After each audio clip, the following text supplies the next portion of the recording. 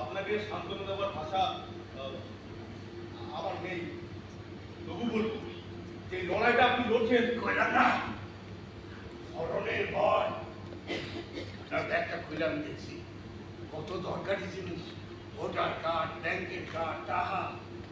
ধরেন দাদা, আমি যদি দুম কইরা মইরা যাই আর আমার পরিবার যদি এইটা আপনার ফিরত না দেয়, আপনি তো সমস্যা পেয়ে যাবেন। সে না পেলে আর কি করা যেত? ধরুন আপনি যদি অন্য লোক হতেন, ব্যাগটা ফেরত না দিতেন, আর কি এসে যেত ব্রজবাবু? দুনিয়া যেভাবে চলছে এভাবেই চলতো। লাভ লোকসান হিসেব করার মতো মানুষের কাছে সময় কোথায়?